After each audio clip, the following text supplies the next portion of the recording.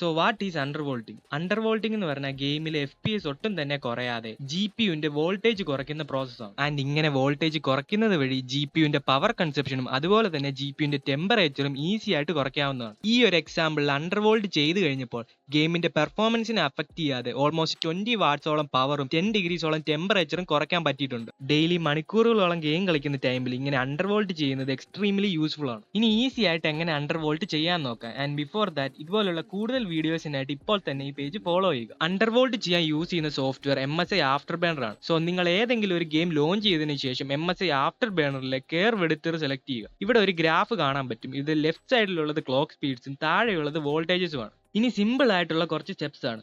നിങ്ങൾ ആദ്യം തന്നെ ഗെയിമിൽ കറന്റ് കിട്ടുന്ന ക്ലോക്ക് സ്പീഡ് എത്രയാണെന്ന് നോക്കി വെക്കുക. ഇവിടെ ശ്രദ്ധിക്കേണ്ട കാര്യം എന്ന് പറയുന്നത് ഓരോ ലാപ്ടോപ്പിന്റെ അല്ലെങ്കിൽ ഓരോ സിസ്റ്റത്തിന്റെ ക്ലോക്ക് സ്പീഡ്സ് ഡിഫറെന്റ് ആയിരിക്കും. സോ എന്റെ കേസിൽ 2550 ആയിരുന്നു ക്ലോക്ക് സ്പീഡ്. സോ നിങ്ങളുടെ പർട്ടിക്കുലർ ക്ലോക്ക് സ്പീഡ് എത്രയാണെന്ന് ആദ്യം കണ്ടുപിടിക്കുക. സോ ഇനി ക്ലോക്ക് സ്പീഡ് നോക്കാൻ അറിയാത്തവർക്കായിട്ട് MSI ആഫ്റ്റർ ബേണറിന്റെ ഒരു ട്യൂട്ടോറിയൽ ഓൾറെഡി അപ്ലോഡ് ചെയ്തിട്ടുണ്ട്. അതൊന്ന് കണ്ടു നോക്കുക. അതിനുശേഷം ഈ ഗ്രാഫിൽ വന്നിട്ട് ആ ക്ലോക്ക് സ്പീഡ് ഏത് വോൾട്ടേജിലാണ് കിട്ടുന്നതെന്ന് നോക്കുക. എന്നിട്ട് ഒരു 0.25 വോൾട്ടേജ് പുറകിലേക്ക് വന്നിട്ട് നമ്മുടെ കറന്റ് ക്ലോക്ക് സ്പീഡിലേക്ക് ഇങ്ങനെ കൂട്ടി വെക്കാവുന്നതാണ്. ഇങ്ങനെ കൂട്ടാനായിട്ട് നമുക്ക് ഷിഫ്റ്റ് നെക്കി ഇതുപോലെ ഡ്രാഗ് ചെയ്യാവുന്നതാണ്. ഡ്രാഗ് ചെയ്ത് ക്ലോക്ക് സ്പീഡ് മാച്ച് ചെയ്തതിനു ശേഷം ഇതുപോലെ സെലക്ട് ചെയ്ത് 2 തവണ എൻ്റർ ക്ലിക്ക് ചെയ്യുക. എന്നിട്ട് ഇപ്പോൾ വരുത്തിയ ചേഞ്ചസ് എല്ലാം അപ്ലൈ ചെയ്യുക. അപ്ലൈ ചെയ്തതിനു ശേഷം നിങ്ങൾ ഗെയിം കുറച്ച് നേരം റൺ ചെയ്ത് നോക്കുക. ഇപ്പോൾ സംഭവിച്ചിരിക്കുന്നത് നിങ്ങളുടെ GPUവിന്റെ വോൾട്ടേജ് ഒരു 0.25 കുറഞ്ഞിട്ടുണ്ട്.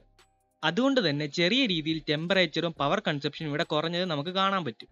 സോ ഇനി നിങ്ങൾ ചെയ്യേണ്ടത് ഇപ്പോൾ ചെയ്ത ഇത്രയും സ്റ്റെപ്സ് ഒരു 2-3 തവണ ഇങ്ങനെ റിപ്പീറ്റ് ചെയ്യുക. അതായത് ഓരോ തവണയും 0.25 വെച്ച് കുറച്ചുകൊണ്ടിരിക്കുക. റിപ്പീറ്റ് ചെയ്ത് ഇങ്ങനെ കുറച്ച് വരുമ്പോൾ ഒരു സെർട്ടൈൻ വോൾട്ടേജിലേക്ക് കുറയുമ്പോൾ ഗെയിം ക്രാഷ് ആകുന്നതാണ്. ആൻഡ് ഈ ക്രാഷ് ആകുന്നതിന് തൊട്ട് മുമ്പുണ്ടായിരുന്ന വോൾട്ടേജ് ആയിരുന്നു അണ്ടർവോൾട്ടിംഗ് പോയിന്റ്. സോ നിങ്ങൾ ഗെയിം റീസ്റ്റാർട്ട് ചെയ്തതിനു ശേഷം ആ ഒരു വോൾട്ടേജിലേക്ക് ക്ലോക്ക് സ്പീഡ് മാച്ച് ചെയ്യുക. And that's it.